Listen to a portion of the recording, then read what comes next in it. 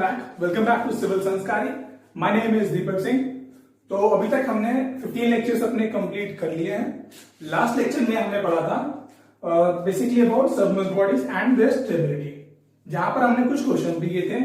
तो धीमे धीमे हम लोग टॉपिक वाइज वो कवर कर रहे हैं। क्वेश्चन हम और बढ़ाते जाएंगे।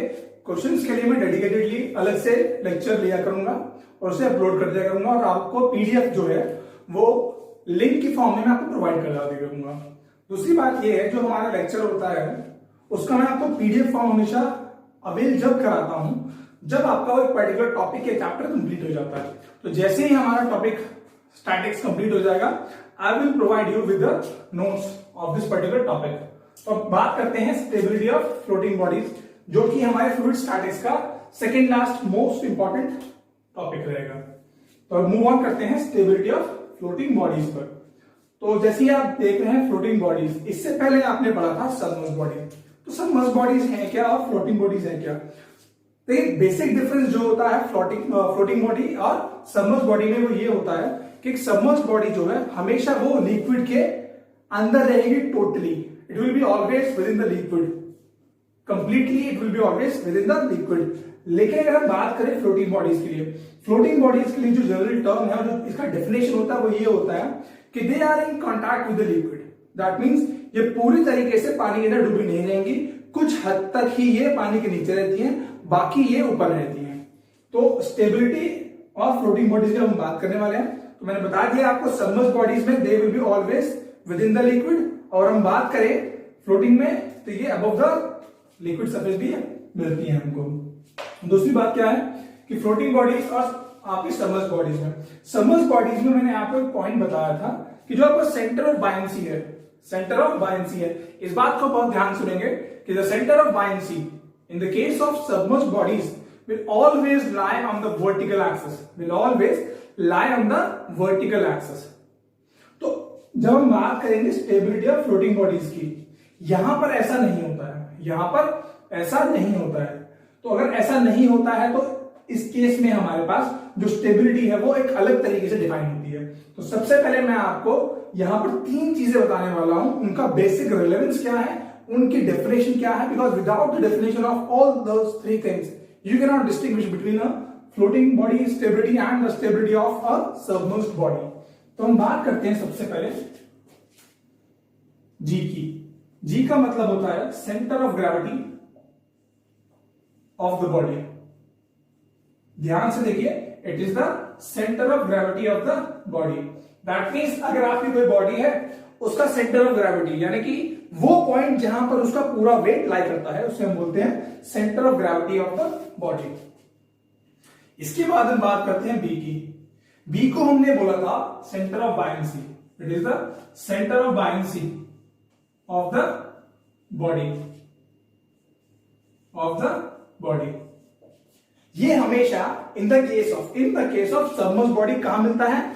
ये मिलेगा आपको इन the case of submerged bodies, हमेशा मिलेगा आपको वर्टिकल एक्सिस पर, यानी कि जो आपका वर्टिकल इनिशियल एक्सिस था उस पर ही मिलने वाला है। लेकिन इन the case of floating bodies ये आपको वहां नहीं मिलता है, ये आपको वहां नहीं मिलता है। तो इसी के बाद हम बात करें,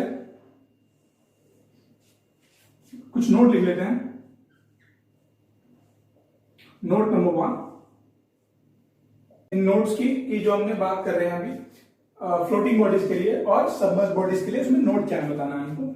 तो देखिए नोट नंबर 1 में मैंने आपको ये लिखा हुआ है कि इन the case of submerged body, जो आपका सेंटर ऑफ बायंसी है, जो कि मैंने आपको प्रीवियस लेक्चर में बताया है कि वो कैसे निकालते हैं। अगर आपने प्रीवियस लेक्चर नहीं देखा है तो ये then I will suggest you कि आप पहले इस लेक्चर से पहले उस लेक्चर को एक बार देख कर आए फिर से। तो in the case of submerged bodies the centre of buoyancy always remains on the vertical axis, कि जो आपकी बॉडी का वर्टिकल एक्सिस होगा उस पर ही आपका सेंटर ऑफ बायंसी लाई करने वाला है। कैसे देखते हैं कि भाई ये तो हमारा फ्री सरफेस है, it is the free surface, and this is the body which is submerged in the liquid. तो आपकी जो बॉडी है उसका वर्टिकल एक्सिस ये है, this is the vertical axis.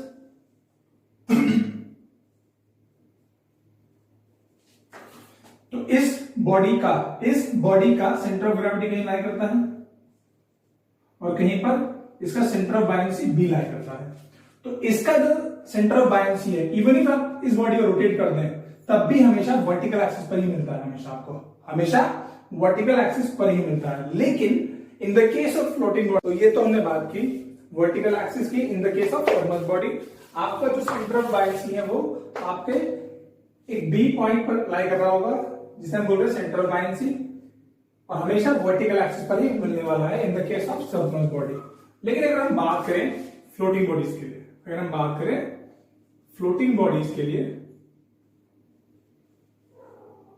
Floating bodies, तो फ्लोटिंग बॉडीज में मैंने बताया आपको, जैसे मान लेते हैं कि भाई ये आपका free surface of a liquid है जिसके अंदर आपकी जो बॉडी है वो फ्लोट कर रही है। Okay, here this body is floating in this particular liquid and this is the free surface of this particular liquid. तो आपका जो इस बॉडी का वर्टिकल एक्सिस है, this is the vertical axis, this is the vertical axis. So this is the vertical axis. तो अगर मान लीजिए ये बॉडी देखिए फ्लोट कर रहा है, तो फ्लोटिंग का मतलब क्या है कि most of the part of this body will always be above the free water surface. तो यहां पर अगर मान लीजिए आपने कोई एक्सटर्नल डिस्टर्बेंस प्रोवाइड किया या बॉडी में मान लीजिए कोई एक्सटर्नल डिस्टर्बेंस आया, कहां से आता है मैं आपको बताऊंगा अभी। तो एक्सटर्नल डिस्टर्बेंस आया तो देखिए होगा क्या, यहां पर क्या होगा कि जो आपकी बॉडी है इस वक्त आपकी बॉडी इंटैक्ट वर्टिकल है, अब वो कुछ टिल्ट हो जाएगी। तो टिल्ट होने से पहले मैं आपको वर्टिकल एक्सिस की अगर बात करूं, वर्टिकल तो हमेशा वर्टिकल रहने वाला है। तो this is the vertical axis.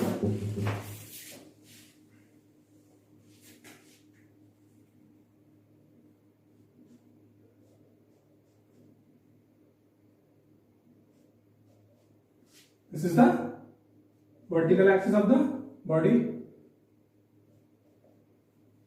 Okay, now and this is the free surface of the liquid.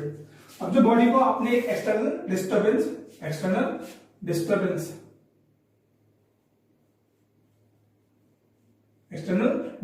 Provide किया है, तो क्या होगा, बॉडी को टिल्ट होना होगा, बॉडी टिल्ट करेगी। जब वो टिल्ट करेगी तो वो कुछ शायद ऐसे हो जाएगी, it will be like this. जब वो ऐसे हो जाएगी तो बॉडी का सेंटर ऑफ ग्रेविटी तो आपको कहीं पर यहां लाई करना होगा, लेकिन क्योंकि बॉडी अब डिस्प्लेस हो गई है by an angle, by some angle, यानी टिल्ट हुआ है ना, तो टिल्ट हुआ है तो अब जो आपकी बॉडी है उसका सेंटर ऑफ बायंसी कहीं और मिलेगा आपको, यानी कि the centre of buoyancy will get displaced from its vertical axis. Vertical axis से आपका सेंटर ऑफ बायंसी डिस्प्लेस कर जाएगा। अच्छा, यानी कि आपकी जो बायंड फोर्स है वो B1 से पास होगी अब। सो this is the modified centre of buoyancy. तो अगर ये मॉडिफाइड सेंटर ऑफ बायंसी है तो इनिशियली आपकी बॉडी के अंदर जो सेंटर ऑफ ग्रेविटी था बॉडी का वो तो ये था, जो सेंटर ऑफ बायंसी था वो ये था। तो जो आपका एक्चुअल या इनिशियल था सेंटर ऑफ बायंसी वो यहां एक्ट कर रहा था, अब जो होगा मॉडिफाइड वो कहीं यहां एक्ट करेगा। This is the modified buoyant force. So this is the modified buoyant force. तो ये है आपका वर्टिकल एक्सिस, जो ओरिजिनली आपका वर्टिकल एक्सिस था वो यहीं पर है। अच्छा, तो ध्यान से देखिए, जहां पर ये मॉडिफाइड बायंड फोर्स इस वर्टिकल एक्सिस को कट करता है, क्या करता है, कट करता है। तो मान लीजिए आपके इस बायंड फोर्स ने कहीं इस पॉइंट पर इस वर्टिकल एक्सिस को कट किया, तो जिस पॉइंट पर आपका modified, this is modified buoyant force, जिस पॉइंट पर आपका modified buoyant force vertical axis को कट करता है उस हम पॉइंट को बोलते हैं metacentre. That point is termed as metacentre. तो in the case of floating bodies आपकी बॉडी का जो स्टेबिलिटी है that will depend upon the location of metacentre. That means आपका जो बायन फोर्स है वो पहले वर्टिकल एक्सिस पर था, अब वो कुछ एंगल थीटा से, एक एंगल ऑफ टिल्ट थीटा से इंक्लाइंड हो गया। सो this is the tilt angle, this is the tilt angle. तो जो टिल्ट हुआ है इस कारण से आपका मॉडिफाइड बायन फोर्स मिला है आपको, जिस कारण से मॉडिफाइड बायन फोर्स इस वर्टिकल एक्सिस को जहां पर इंटरसेक्ट कर जाए उसको हम बोलते हैं मेटा सेंटर। तो in the case of floating bodies the stability of the body will be defined as per the location of this meta center। तो आई होप आपको मेटा सेंटर का लोकेशन तो पता लगा कि कैसे हम क्यों बात करते हैं मेटा सेंटर की। अच्छा, मेटा सेंटर के अबाउट अगर हम बात करें, देखिए मेटा सेंटर में डेफिनेशन वो है क्या, it is a point where the buoyant force, modified buoyant force meets the vertical axis. या फिर ये भी हो सकते हैं कि मेटा सेंटर एक ऐसा पॉइंट है आपकी बॉडी का जिसके अबाउट अगर आप बॉडी को एक टिल्ट, एक पर्टिकुलर अमाउंट का टिल्ट दे, यानी 2 से 5 डिग्री का टिल्ट दे, तो it will start oscillating, it will start oscillating. कैसे?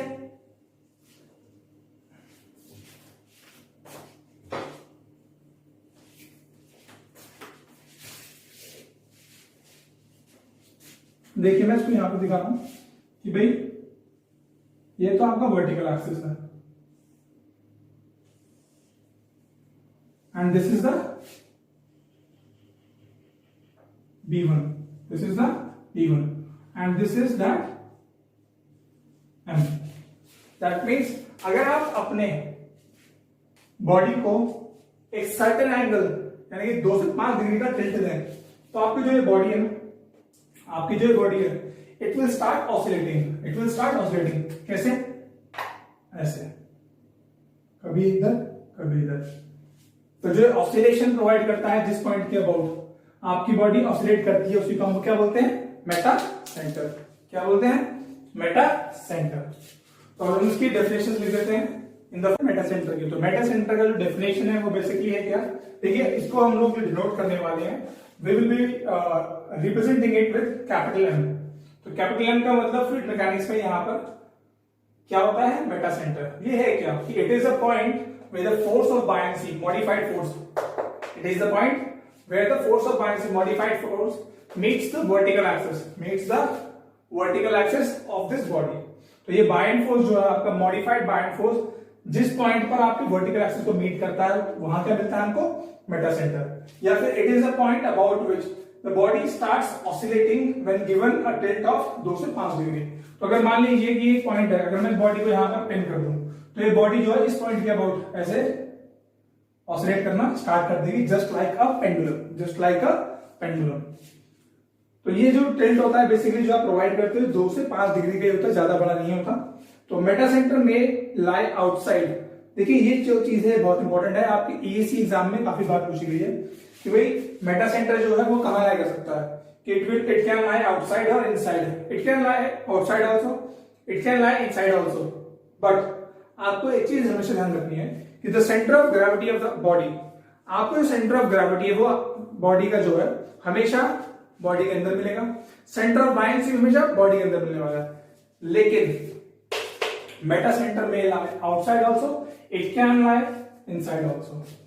तो ये था अभी आपका डेफिनेशन ऑफ मेटा सेंटर। अब इसका जो सिग्निफिकेंस है स्टेबिलिटी में वो क्या है, अब दिखाते हैं आपको स्टेबिलिटी के बारे में। तो स्टेबिलिटी को डिफाइन करने से पहले हमको एक पर्टिकुलर टर्म डिफाइन करना होता है जिसका नाम होता है मेटासेंट्रिक हाइट। Metacentric height. तो मेटासेंट्रिक हाइट है क्या? Meta centric height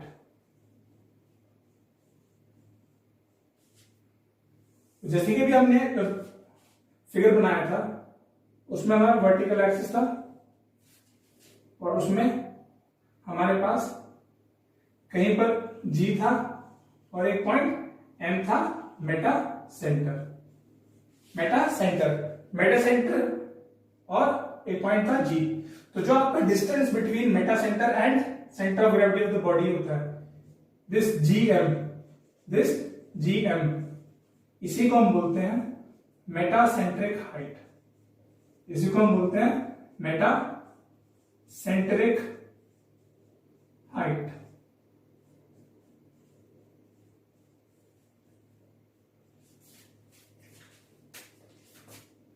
this is metacentre and this is centre of gravity of the body. अब हम बात करेंगे स्टेबिलिटी ऑफ फ्लोटिंग बॉडीज की। भाई स्टेबिलिटी की हम बात कर रहे हैं, स्टेबल कब होगी, अनस्टेबल कब होगी और न्यूट्रल कब होगी।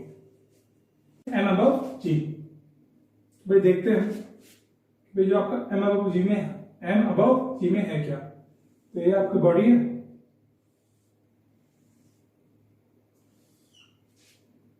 And this is the tilted state, this is the tilted state. M आपका कहीं ऊपर मिला है आपको, एम मान लीजिए कहीं यहां मिला है, दिस इज मेटासेंटर एंड जी नीचे है, तो एम इज अबव जी। तो आपने क्या किया कि जब आपने बॉडी को एक्सटर्नल डिस्टर्बेंस प्रोवाइड किया है, टिल्ट दिया, so this is external disturbance, external disturbance। तो क्या होगा, बॉडी को आपने एक्सटर्नल डिस्टर्बेंस दिया, अब आपके centre of gravity of the body से वेट एक्ट करेगा डाउनवर्ड और इस पर्टिकुलर पॉइंट से पास होगा आपका बायएंड फोर्स, एक मॉडिफाइड बायएंड फोर्स। तो देखिए एक वेट है और बायएंड फोर्स है, दोनों के बीच में एक डिस्टेंस है। अगर आपकी दो फोर्सेस हो सेपरेटेड बाय अ डिस्टेंस, तो उससे क्या क्रिएट होता है, कपल क्रिएट होता है। तो कपल देखिए क्या होगा, जो एक कपल क्रिएट हो रहा है वो कैसा क्रिएट हो रहा है, कपल ऐसा क्रिएट होगा कि भाई एक फोर्स आपकी डाउनवर्ड है, एक अपवर्ड है and they are separated by a distance, जिस कारण से बॉडी कैसे रोटेट करने वाली है, it will rotate like this, तो ये ऐसे घूमेगा। तो सिमिलरली आपका जो रोटेशन होगा वो कैसा होगा, वो स्टेट में ऐसा होगा। तो ये वाला जो आपका एंटी क्लॉकवाइज रोटेशन जो है वो इस एक्सटर्नल डिस्टर्बेंस जो कि क्लॉकवाइज रोटेशन था इसको काउंटरैक्ट कर देगा। क्या कर देगा, काउंटरैक्ट कर देगा, और जो आपकी बॉडी इस वक्त टिल्ट हो रखी है इसको स्ट्रेट करने की कोशिश करेगा। क्या करेगा, इस टिल्टेड बॉडी को अपनी ओरिजिनल स्टेट में लाने की कोशिश करेगा। कौन, ये एंटी क्लॉकवाइज प्रोड्यूस कपल। तो इस स्टेट में क्योंकि आपकी body can attain its original position, can attain its original position, तो यहां पर रिस्टोरिंग मोमेंट है ना, दिस इज रिस्टोरिंग कपल बोल देते हैं इसको, रिस्टोरिंग कपल। तो अगर रिस्टोरिंग कपल जनरेट हो गया तो जो आपका एक्शन था या डिस्टर्बेंस था उसको काउंटर करने के लिए कोई प्रेजेंट है, तो ये कंडीशन हम बोलते हैं stable condition. This is stable condition.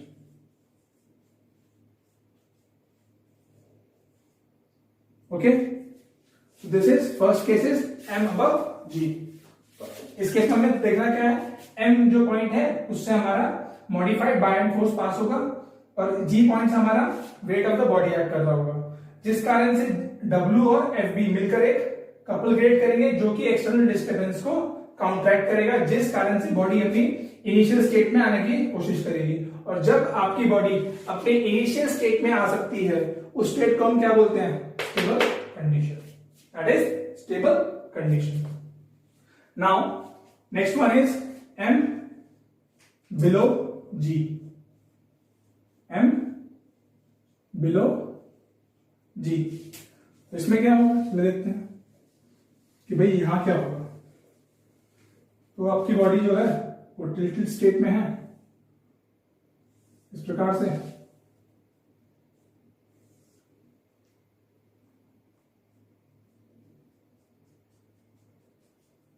और जी ऊपर है और एम नीचे है।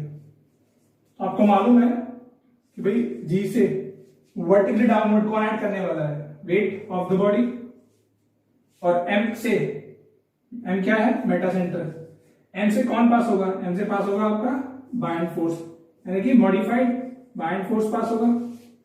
और जो आपने एक्सटर्नल डिस्टर्बेंस यहां क्रिएट किया है, this is external disturbance, external disturbance. यहां पर हम लोग देखें तो मेन चीज जो हमें दिखाई देगी वो ये दिखाई देगी कि जो हमारा एक्सटर्नल डिस्टर्बेंस है वो तो भाई हमारी बॉडी में एक्ट कर रहा है क्लॉकवाइज, इस पर्टिकुलर केस में एक्ट कर रहा है क्लॉकवाइज। लेकिन जो हमारा एफ बी यानी कि मॉडिफाइड बाइंड फोर्स और डब्ल्यू है, ये दोनों मिलकर एक क्लॉकवाइज कपल क्रिएट कर रहे हैं, यानी कि ये डिस्टर्बेंस भी क्लॉकवाइज और ये वाला कपल भी क्लॉकवाइज, तो ये इसमें ऐड हो जाएगा। तो क्या आप इस वाले एक्सिस को ओरिजिनल स्टेट में पहुंचा पाएंगे? नहीं पहुंचा पाएंगे। अगर नहीं पहुंचा पाएंगे तो क्या होगा? आपकी body will be in unstable condition. So this is unstable condition, this is unstable condition. यहां पर आपका जो कपल जनरेट होगा वो कैसा होगा? वो एक्सटर्नल डिस्टर्बेंस के डायरेक्शन में ही डेवलप होगा। तो दिस इज अनस्टेबल कंडीशन। तो फर्स्ट केस में हमने देखा कि अगर m इज अबव g तो उसमें स्टेबल कंडीशन दिखाई दे रही है हमको। अगर m बिलो g हो जाए तो आपका एक्सटर्नल डिस्टर्बेंस के डायरेक्शन में ही आपका एक और कपल एडअप हो जाता है, जिस कारण से आपकी बॉडी जो है इनिशियल स्टेट में, जो कि अभी टिल्टेड है, वो इनिशियल स्टेट में, यानी कि अभी बॉडी आपका टिल्टेड है, वो इनिशियल स्टेट क्या होगा? वर्टिकल, वर्टिकल में नहीं पहुंच पाएगा, और नहीं पहुंच पाएगा तो बॉडी क्या कहलाएगा? अनस्टेबल। नाउ अब हम बात करेंगे कि भाई दोनों ही G और M एक पॉइंट पर आ जाए तो third is G and M coincides, दोनों के दोनों कोइंसाइड कर जाए, बोथ ऑफ देम कोइंसाइड्स, तो क्या होगा? अगर दोनों कोइंसाइड कर जाए मान लीजिए, तो just like in the case of submerged bodies, यहां पर भी ये G है और ये M है, तो weight of the body downward, F be upward, तो यहां पर कोई भी एडिशनल कपल क्रिएट नहीं होगा। तो अगर आप अपनी बॉडी को कोई डिस्टर्बेंस देंगे तो वो उतना ही देकर डूब जाएगा। दैट मीन्स क्या होगा? उसमें उसमें कोई चेंज नहीं आएगा फर्दर। तो that is termed as neutral state, that is termed as neutral state. अच्छा, यहां से बहुत सारे ऑब्जेक्टिव क्वेश्चंस आपके गेट एग्जाम में भी आए हुए हैं। दूसरी बात, आपके ईएससी में मैच द फॉलोइंग में बहुत बार आ चुका है, तो यहां पर आपको याद करना होता है भाई कि एम ऊपर होगा नीचे होगा तो क्या होगा। तो जैसे कि मैंने आपको बताया था इन the case of submerged body कि बी अबव जी है तो स्टेबल होगा, बी बिलो जी है तो अनस्टेबल होगा, और बी और जी को इंसाइड कर जाए तो न्यूट्रल होगा। तो मैंने आपको बताया था कि भाई इसके लिए आपके पास दो तरीके हैं। ये तो या तो ये तरीका है कि आप बी और जी में से ये याद कर लीजिए कि भाई स्टेबल कब है या फिर अनस्टेबल कब है। तो मैंने आपको बताया था सिर्फ इतना याद कर लो कि स्टेबल कब है।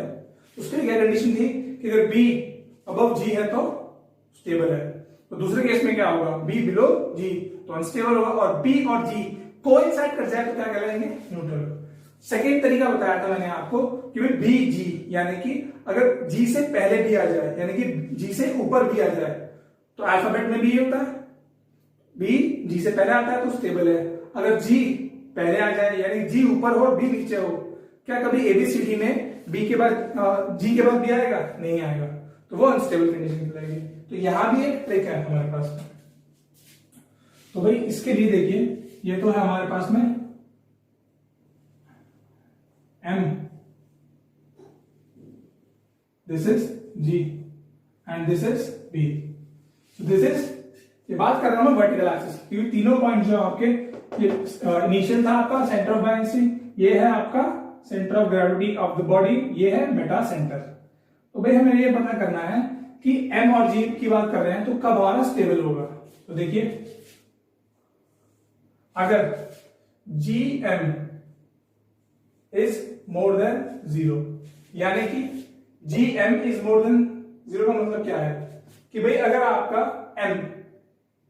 M G से ऊपर हो, M G से ऊपर हो तो ये पॉजिटिव आएगा, तो ये कहलाएगा स्टेबल। अच्छा, दूसरा मैंने लिखा आपके लिए कि वो जी एम, अगर ये ग्रेटर देन 0 पर स्टेबल है तो लेस देन 0 पर क्या होगा, अनस्टेबल। और थर्ड पॉइंट पे जी एम, यानी कि जी और एम एक ही पॉइंट में मिल जाए तो क्या होगा, न्यूट्रल। स्टेबिलिटी में कि भाई जो आपकी लोकेशन है कि जी और एम में क्या क्या रिलेशन है, कि भाई अगर एम अबव जी हो तो वो स्टेबल है, एम बिलो जी हो तो वो अनस्टेबल है, और जी और एम कोइंसाइड कर जाए तो वो क्या है, न्यूट्रल है। तो इसके लिए एक ट्रिक है मेरे पास।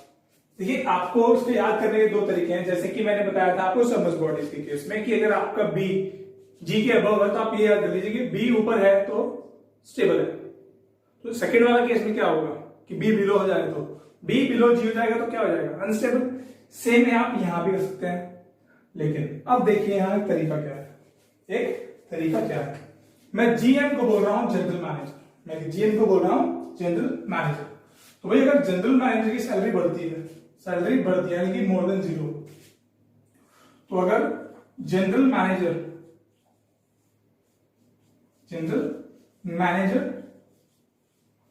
की सैलरी बढ़ती है, सैलरी बढ़ती है, तो ऑफिस में जो एनवायरमेंट है वो कैसा रहेगा, स्टेबल रहेगा। Things will be stable, hence आपकी condition of the floating body will be stable. अगर मान लीजिए जनरल मैनेजर की सैलरी घट जाए, तो जनरल मैनेजर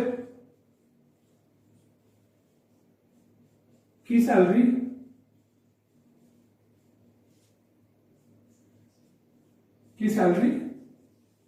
अगर घट जाए, डिक्रीज हो जाए ना, लेस देन 0, तो क्या होगा, यहां पर थिंग्स विल बी अनस्टेबल। लेकिन ना घटे ना बढ़े, एज इट इज रहे, तो क्या होगा, न्यूट्रल, कोई चेंज नहीं आएगा। So this is a trick to learn the stability of floating bodies. कि भाई अगर जनरल मैनेजर की सैलरी बढ़ जाएगी तो ऑब्वियस है things will be stable in the office. If it does not increases it, on the other hand वो होता क्या, रादर कॉन्ट्ररी टू दिस, उसकी सैलरी घट जाए तो क्या होगा, अनस्टेबल। अगर ना घटे ना बढ़े तो things will be neutral, as it is रहेगा, कोई फर्क नहीं पड़ेगा। सबसे पहले हम बता दें कि भाई मेटासेंट्रिक हाइट का मतलब ये है कि अगर आप मेटासेंटर की बात करें, उसके अबाउट आप अगर कोई टिल्ट दिया जाए तो आपकी बॉडी अपनी ओरिजिनल स्टेट में दोबारा से पहुंच जाए, ताकि आपकी बॉडी में स्टेबिलिटी मेंटेन रहे। तो यहां पर हमें क्या मेक श्योर करना है कि मेटासेंट्रिक हाइट को इस प्रकार से डिजाइन करना है कि थिंग्स आर स्टेबल, यानी कि GM should be more than 0। General manager की सैलरी बढ़नी चाहिए फॉर स्टेबिलिटी, ओके। तो भाई देखते हैं कैसे, यानी कि एम शुड बी अबव जी। तो ये आपका मेटा सेंटर है, this is centre of gravity of the body and D is the centre of buoyancy. तो अगर आप चाहते हैं मेटासेंट्रिक हाइट, जिसको हमने बोला था the distance between centre of gravity of the body and meta centre, इसी को हम क्या बोल रहे हैं, metacentric height. So this is G M, this is G M. तो जी एम अगर आप फाइंड आउट करना चाह रहे हैं, जो कि मेटासेंट्रिक हाइट है, वो क्या होगा, अगर आप बी एम में से माइनस कर दें बीजी, बी एम में से माइनस कर दें बीजी, तो जो जीएम का फॉर्मूला है एक्चुअली में वो आपके लिए बनता है I upon volume of liquid displaced minus BG, B का मतलब क्या है, सेंटर ऑफ ग्रेविटी, जी का मतलब क्या है, बी का मतलब है centre of gravity of the displaced fluid, यानी कि सेंटर ऑफ बायंसी, जी का मतलब है centre of gravity of the body. तो यहां से आप मेटासेंट्रिक हाइट को आसानी से फाइंड आउट कर सकते हैं। अच्छा, यहां पर जो आपके ये टर्म्स हैं आई, इसका मतलब क्या है, पहले बात करते हैं वी डिस्प्लेस का मतलब क्या है। तो यही लिख देता हूं मैं, वी डिस्प्लेस का मतलब क्या है, वी डिस्प्लेस का मतलब ये है कि volume of liquid displaced by the body, volume of liquid displaced by the body. जितना वॉल्यूम ऑफ बॉडी आपका लिक्विड के अंदर मूव करेगा उतना ही वॉल्यूम ऑफ वाटर भी बाहर आएगा, ऐसा नो। अच्छा, ये तो हम निकाल सकते हैं बाय बाइंड फोर्स। अब ये आई क्या है, आई is equal to, it is the moment of inertia of the plane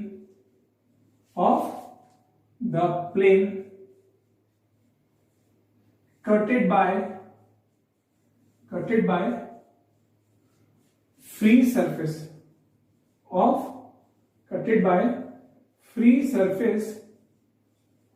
liquid. अच्छा, ये क्या मतलब हो, देखते हैं इसका मतलब क्या हो। तो मान लेते हैं कि भाई एक हमारा कोनिकल बॉडी है, ओके। यहां पर तो इसका रेडियस है कैपिटल आर, ओके, और ये एक पर्टिकुलर हाइट तक पानी के अंदर डूबी हुई है, यानी कि this is the free surface. तो जिस प्लेन पर ये बॉडी फ्री सरफेस कट कर रही है वो ये वाला प्लेन है, दिस इज दैट प्लेन।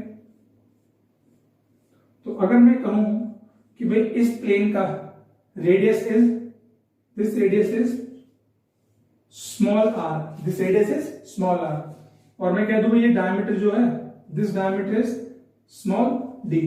तो इस प्लेन पर आपको जो शेप मिल रहा है वो क्या मिल रहा है, सर्कुलर। तो इस सर्कुलर प्लेन का मोमेंट ऑफ इनर्शिया क्या होगा, पाई डी 4/64। तो जिस प्लेन को कट किया है फ्री सरफेस ऑफ लिक्विड ने, इस प्लेन को कट किया है, वो प्लेन कैसा है, सर्कुलर। सर्कुलर के लिए आपका मोमेंट ऑफ इनर्शिया क्या होता है, पाई। इस प्लेन पर जो डायमीटर है उसकी पावर 4/64। सिमिलरली अगर मैं कहूं एक सिलेंडर है,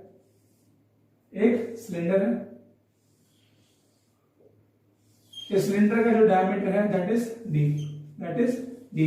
तो फ्री सरफेस ऑफ लिक्विड ने जिस प्लेन पर इस बॉडी को कट किया है, तो आपको शेप कौन सा मिला, सर्कुलर। और ये सर्कुलर बॉडी है तो मोमेंट ऑफ इनर्शिया क्या होगा, same pi d to the power 4/64, okay. So this, अब यहीं से हमारा एक टॉपिक आता है कि भाई मेटासेंट्रिक हाइट का जो रिलेवेंस है वो शिप डिजाइन में बहुत ज्यादा होता है। तो शिप जो है, शिप है, बोट है आपका, they are floating bodies, they float on water. तो बेसिकली जब वो फ्लोट कर रहे होते हैं तो ड्यू टू एनी डिस्टर्बेंस, मान लीजिए वेव्स हैं, वेव्स उतना अलोंग द लेंथ मूव कर जाए या फिर साइड से वेव आ जाए, तो जो शिप है ना आपका, मान लीजिए शिप है आपका, देखिए this is the length of the ship. तो आपका शिप हो सकता है वो ऐसे शेक कर जाए, हो सकता है वो ऐसे शेक कर जाए। तो हमें ये चेक करना होता है कि जो हमारी बॉडी है, जब आप वो शेक करेगी तो वहां पर क्या होगा, एक डिस्टर्बेंस क्रिएट होगा। जब वो डिस्टर्बेंस क्रिएट होगा तो दैट बॉडी कैन ऑसिलेट। अच्छा, जब वो ऑसिलेट करेगी तो आप ये चाहेंगे कि अगर वो ऑसिलेट कर भी जाए तो वो वापस से अपनी ओरिजिनल स्टेट में लौट आए, दैट मीन्स स्टेबिलिटी मेंटेन हो जाए। तो हम बात करते हैं शिप्स की, फॉर शिप डिजाइन। तो देखिए सबसे पहले तो मैं यहां पर एक शिप का आपको स्केच बना के दिखा रहा हूं, क्योंकि बिना स्केच के कुछ समझ में आपको नहीं आएगा। देखते हैं कि भाई शिप है ये,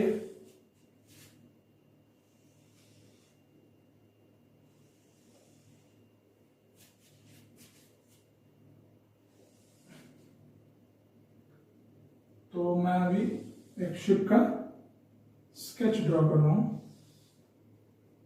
approximate sketch of a ship. देखिए ये आपका एक शिप है, इस शिप में जो डायमेंशंस है, this is the length of the ship, इसको मैं स्मॉल एल बोल रहा हूं, and this particular dimension is the width of the ship, this is the width of the ship, इसको मैं B बोल रहा हूं। कैसे, जैसे कि डस्टर आपको दिखा रहा हूं, तो ये जो डस्टर है इसका सामने जो width है वो B है, दिस B। तो ये अभिषेक ऐसे दिखाई दे रहा है आपको, और ये लेंथ है। अब बात करते हैं भाई यहां हम ऐसे क्यों कर रहे हैं। तो अगर मैं इस शिप को इस प्रकार से रोटेट कर दूं तो देखिए अब यहां पर आपका जो शिप है उसकी लेंथ तो आपकी कहां मिलेगी, आपको लेंथ मिलेगी इस एक्सिस पर। सो this is the longitudinal axis. अच्छा, इस एक्सिस के ट्रांसवर्स एक्सिस ये वाला होगा। यस, तो हो सकता है कि आपका ये वाला शिप जो है अपने लेंथ वाले एक्सिस के अबाउट ऐसे ऐसे रोटेट कर जाए, या हो सकता है अपने ट्रांसवर्स एक्सिस के अबाउट ऐसे ऐसे रोटेट कर जाए। तो दोनों ही केस में क्या होगा, हमें ये चेक करना होगा कि स्टेबिलिटी मेंटेन हो जाए। तो अब यहां पर बात करते हैं कि भाई जो हमारी बॉडी है, ये शिप है, इस एक्सिस को मैं बोल रहा हूं आर आर एक्सिस। इस एक्सिस को मैं बोल रहा हूं R R axis. R R axis के ट्रांसवर्स में आपको मिलेगा ट्रांसवर्स एक्सिस, इसको मैं बोल रहा हूं P P axis, that is P P axis. अच्छा, हमें मालूम है कि भाई फॉर स्टेबिलिटी आप चाहते हैं कि जो आपका शिप है while floating it should be stable. Even if अगर कोई डिस्टर्बेंस आ भी जाए, कोई वेव आ जाए, कहीं किसी से टकरा भी जाए, तब ये स्टेबल रहे। तो for stability G M should be greater than 0। That means आपको पहले जीएम निकालना होगा। And what is the formula for GM? Metacentric height. ये क्या होता है? It is I upon volume displaced minus B G, तो देखिए यहां पर वॉल्यूम डिस्प्लेस हमें कैसे पता लगेगा? ये आपका शिप है, तो ये पर्टिकुलर हाइट तक पानी के अंदर डूबा हुआ होगा। सो this is the free surface of liquid. इस सरफेस के नीचे आपको पानी मिलेगा, ऊपर आपको शिप की बॉडी में दिखाई दे रही होगी। अच्छा, अब हम बात करें कि आपकी बॉडी जो है it can oscillate like this along this length, like this along this transverse axis। तो अगर दो एक्सिस हैं तो आपके पास में मोमेंट ऑफ इनर्शिया भी दो आएंगे। अगर आपके पास में दो एक्सिस हैं तो आपके पास में मोमेंट ऑफ इनर्शिया की भी दो वैल्यू आएगी। तो हम यहां पर कौन सी वैल्यू निकालें? तो इसके लिए हम ये देखते हैं कि भाई जो मोमेंट ऑफ इनर्शिया है हम ट्रांसवर्स एक्सिस पी के अबाउट भी निकाल लेंगे और आर आर एक्सिस के अबाउट भी निकाल लेंगे। और यहां पर हम जीएम को फाइंड आउट करते हैं keeping in mind the minimum value of moment of inertia. अच्छा, मिनिमम ही क्यों रखते हैं? अगर आपका ये ship minimum value of moment of inertia के लिए स्टेबल है तो मैक्सिमम के लिए तो ये हमेशा ही स्टेबल होगा। तो यहां पर GM is equal to I minimum upon volume displaced minus BG. तो while designing ships these things are kept in mind। अच्छा, अब देखते हैं कि भाई आई आर आर क्या है। तो आई आर आर में देखिए आर आर एक्सिस के पैरेलल कौन सी डायमेंशन है? लेंथ। तो ये आपको जो ज्योमेट्री दिखाई दे रही है, ये ज्योमेट्री कैसी है? Rectangular, this is the length. तो इस डायमेंशन की बात कर रहे हैं आप, इस एक्सिस के अलोंग। तो जो आपका रेक्टेंगुलर ज्योमेट्री होती है उसका मोमेंट ऑफ इनर्शिया क्या होता है? BD cube by 12। तो इस केस में आपकी बॉडी कैसी है? ये। तो B क्या होगा? L। So it is L B cube by 12। तो जब भी आपका ship along its length oscillate करता है, तो आर आर लिखा है मैंने, तो it is rolling, it is known as rolling. अच्छा, अब हम बात करें पीपी। तो पीपी की बात करें तो पीपी की बात कर रहे हैं तो पीपी में ये डायमेंशन कौन सी है? दिस इज, ऐसे करेगा ना, तो ये कौन सी डायमेंशन है? ये डायमेंशन है हमारी B. So it will be B L cube by 12। जब भी आपका ship along transverse axis oscillate करता है, इसको हम बोलते हैं पिचिंग। आपको साफ साफ दिखाई दे रहा है कि भाई जो आपकी लेंथ है वो काफी ज्यादा बड़ी होगी एज कंपेयर टू विड्थ। तो जो लेंथ है वो काफी ज्यादा बड़ी होगी एज कंपेयर टू विड्थ। तो रोलिंग एक्सिस वाला मोमेंट ऑफ इनर्शिया कम होगा। आप उसे उठा के यहां पुट कर देंगे, वैल्यू जीएम की निकाल लेंगे और चेक कर लेंगे। If it is more than 0 then this ship is stable. अच्छा, यहां से आपके एक चीज आती है कि भाई for passenger ships passenger ships. जो जीएम होता है यानी कि मेटासेंट्रिक हाइट होती है, उसकी वैल्यू होती है 0.4 से लेकर 1 मीटर। 0.4 से लेकर 1। तो फॉर पैसेंजर शिप्स आपकी जो मेटासेंट्रिक हाइट होती है वो होती है 0.4 से लेकर 1 मीटर। लेकिन जो आपके वॉर शिप्स होते हैं यानी कि जो आपके वॉरशिप्स होते हैं जिन पर आपके एयरक्राफ्ट कैरियर्स भी कैरी कर सकते हैं आप लोग, उनके लिए आपका जो मेटासेंट्रिक हाइट है वो होता है 1 से लेकर 1.8 मीटर के बीच में। अच्छा, इसका रिलेवेंस क्या है? देखिए इसका रिलेवेंस क्या है। एक्चुअली में जो आपका टाइम पीरियड ऑफ ऑसिलेशन है, time period of oscillation, time period of oscillation,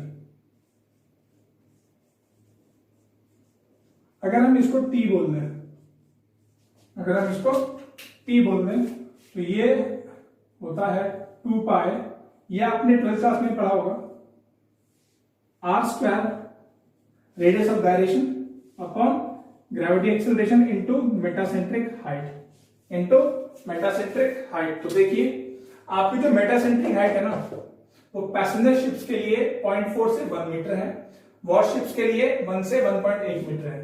तो अगर हम बात करें पैसेंजर शिप्स के लिए जीएम कम होता है तो टाइम पीरियड ऑफ ऑसिलेशन ज्यादा होगा। दैट मींस आपका जो शिप है अगर मान लीजिए वो ऐसे ऐसे करके अपने आप को स्टेबिलिटी में लेकर आए तो पैसेंजर्स तो पागल हो जाएंगे, उन्हें तो कंफर्ट मिलेगा ही नहीं। लेकिन होता क्या है, क्योंकि यहां पर मेटासेंट्रिक हाइट कम होती है इसीलिए टाइम पीरियड ऑफ ऑसिलेशन बहुत ज्यादा होता है। वो इस प्रकार से धीमे धीमे धीमे अपने आप को स्टेबिलिटी में वापस लेकर आता है। जबकि वॉरशिप्स में आपका मेन इशू क्या होता है, ट्रांसपोर्टेशन, वहां कंफर्ट इतना इंपॉर्टेंट नहीं होता। तो यहां से देख सकते हैं हम लोग कि भाई time period for passenger ships, time period for passenger ships will be more. इसका मतलब क्या होगा, कंफर्ट ऑफ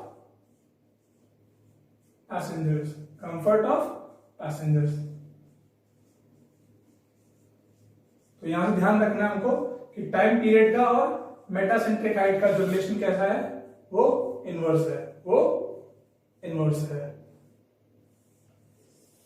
तो ये था हमारा फ्लोटिंग बॉडीज का स्टेबिलिटी जो कि हमने अब कंप्लीट कर लिया। आई होप आपको लेक्चर समझ में आया होगा। अगर आपको कोई डाउट आता है तो प्लीज उसको कमेंट बॉक्स में कमेंट करें, वीडियोस को जितना हो सकता है उतना शेयर करें। इसी तरीके से हम लोग कुछ क्वेश्चन हम लोग साथ साथ में करते रहेंगे, उससे हमारी अंडरस्टैंडिंग ऑफ टॉपिक और ज्यादा बढ़ती जाएगी। अब हम मिलेंगे नेक्स्ट लेक्चर में जिसमें हम लोग इस चैप्टर का जो कि हमारा फ्लूइड स्टैटिक्स है उसका लास्ट पार्ट पढ़ेंगे which is rigid body motion. तो आज के लिए इतना ही काफी है। Thank you very much.